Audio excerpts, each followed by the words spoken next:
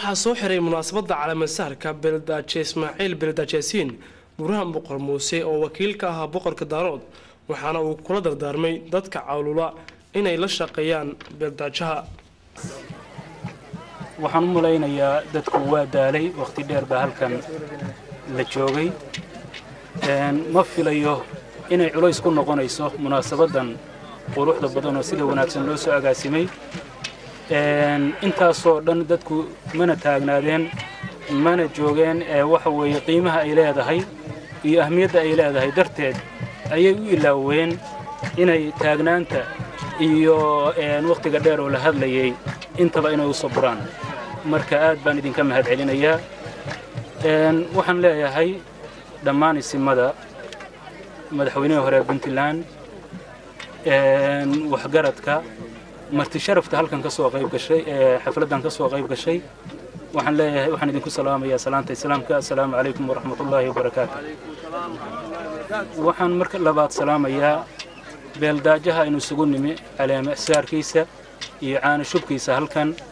beeldaaje Ismaaciil beeldaaje Yaasiin waxaan ilaahay uga baryayaa inuu noqdo kii anfaca ummadda reer Puntland gaar ahaan ummadda deegaankan oo ay joogno hadda ilaahayna waxaan uga baryaynaa inuu xilkiisa u fududeeyo intaa kadib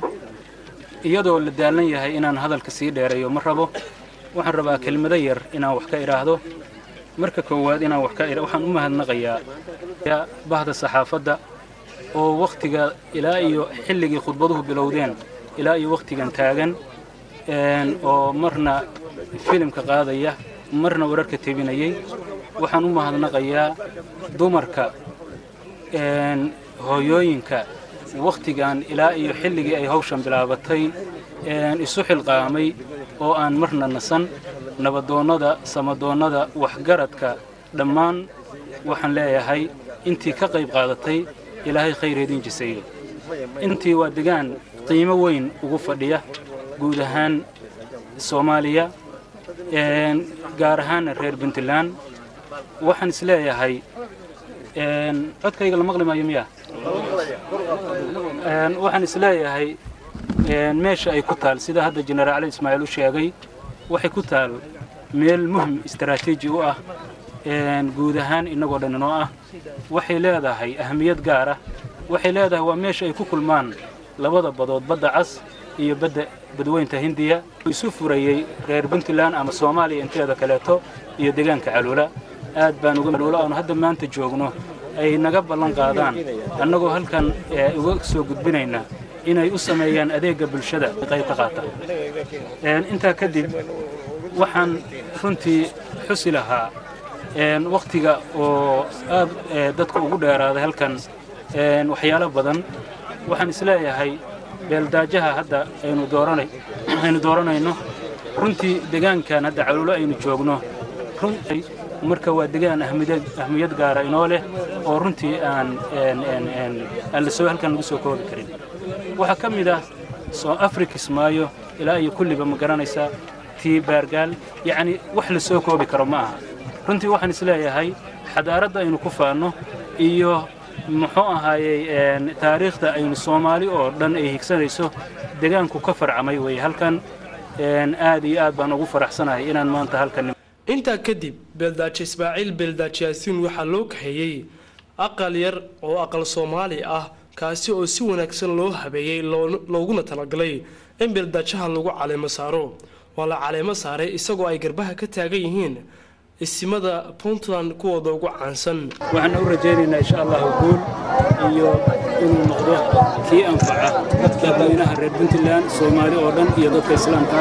khayr iyo guul baan u rajaynaynaa wabillahi tawfiiq wassalaamu calaykum warahmatullahi wabarakatuh الله أكبر الله أكبر الله أكبر الله أكبر الله أكبر مبروك مبروك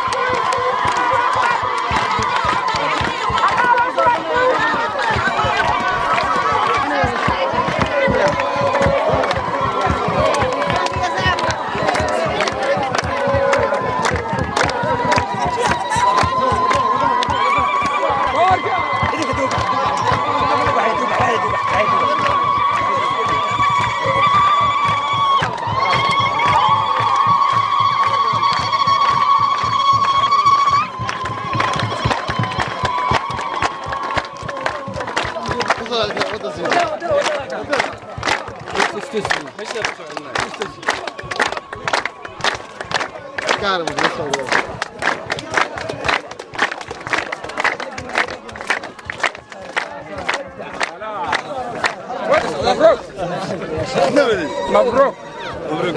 مبروك